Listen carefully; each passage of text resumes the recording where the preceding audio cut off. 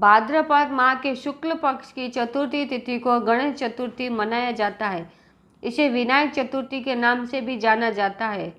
हिंदू धर्म से जुड़े कई मुख्य त्यौहार पर्व में गणेश चतुर्थी का त्यौहार भी एक है। हिंदू धार्मिक कथना अनुसार भाद्रपद के शुक्ल पक्ष की चतुर्थी तिथि को ही गणेश जी का जन्म हुआ, इसीलिए इस दिन को गणेश चतुर्थी के रूप में मनाया जाता है।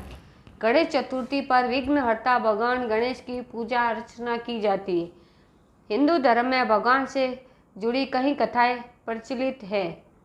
गणेश चतुर्थी पर जानते हैं कि भगवान गणेश से जुड़ी कौन सी कथा है और पूजा विधि के बारे में। गणेश चतुर्थी की पूजा के दौरान इस कथा को सुनने और पढ़ने मात्र से ही भक्तों की सभी मनोकामनाएं पूरी हो जाती है, सभी कष्ट दूर हो जाते हैं। गणेश चतुर्थी कथा।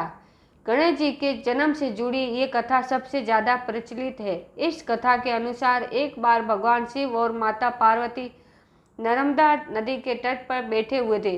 तभी माता पार्वती ने समय व्यतीत करने के लिए शिव जी से चौपड़ खेलने की बात कही। शिव जी भी राजी हो गए, लेकिन समस्या ये थी कि खेल में हार जीत का परिणाम का फैसला कौन करेगा। इस समस्या के समाधान के लिए भगवान शिव ने कुछ तिनकों को एकत्रित कर उसका पुतला बनाया और उसकी प्राण प्रतिष्ठा की, जिसके बाद पुतला बालक का रूप बन गया। शिव जी ने बालक से कहा, हम चौपड़ खेलना चाहते हैं, लेकिन समस्या ये है कि हमारी हार जीत का फैसला करने वाला यहाँ कोई नहीं है, इसीलिए तुम्हें बताना होगा कि हम दोनों में से कौन जीता कौन हारा। इसके बाद माता पार्वती और शिव जी के बीच चौपड़ का खेल प्रारंभ हुआ। खेल में संयोगवश तीनों बार माता पार्वती जीत गई। खेल समाप्त होने पर भगवान शिव ने बालक से हार जीत का फैसला सुनाने के लिए कहा। बालक ने शिव जी को विजयी बता दिया। यह सुनकर माता पार्वती अत्यंत क्रोधित हो गई और क्रोध में आकर उन्होंने बालक को लंगड़ा होने और कीचड़ में पड़े रहने का श्राप दे दिया। माता पार्वती के क्रोध से पुतला भयभीत हो गया और उसने अपनी गलती के लिए भगवान और माता पार्वती से क्षमा मांगी। बालक ने कहा, माँ, मुझसे अज्ञानता कारण भूल हुई, मैंने जानबूझकर ऐसा नहीं किया। बालक की बात सुनकर माता पार्वती भावुक हो गई और उन्होंने बालक को श्राप से निजात पाने का उपाय बताया। उन्होंने कहा, यहाँ गणेश पूजन के लिए नाग कन्या आएंगी, उनके कहे अनुसार तुम भी गणेश पूजन करना, ऐसा करने से तुम क्षमा प्राप्त करोगे। यह कहकर माँ पार्वती भगवान शिव के साथ कैलाश पर्वत पर चली गई। ठीक 1 वर्ष बाद उस स्थान पर नाग कन्या आई।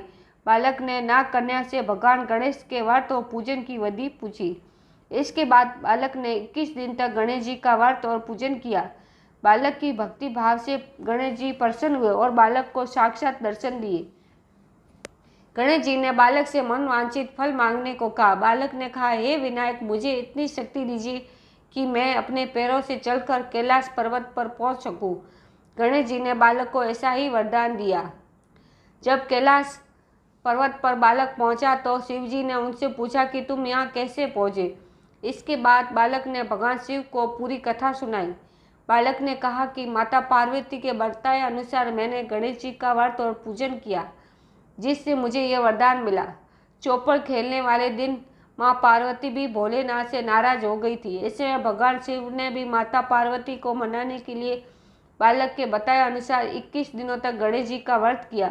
व्रत के प्रभाव से माता पार्वती के मन में भगवान शिव के लिए जो नाराजगी थी वो दूर हो गई और माता पार्वती प्रसन्न होकर कैलाश पर्वत लौट आई। सभी कष्टों के निवारण और मनोकामना पूर्ति के लिए विघ्नहर्ता गणेश जी का यह कथा अत्यंत फलदायी मानी जाती है। गणेश चतुर्थी पर व्रत रखने और विधिवत पूजा अर्चना करने से भक्तों पर भगवान गणेश जी की विशेष कृपा प्राप्त होती है। साथ ही इस कथा का पाठ और श्रवण करने से पूजा व्रत का लाभ मिलता है।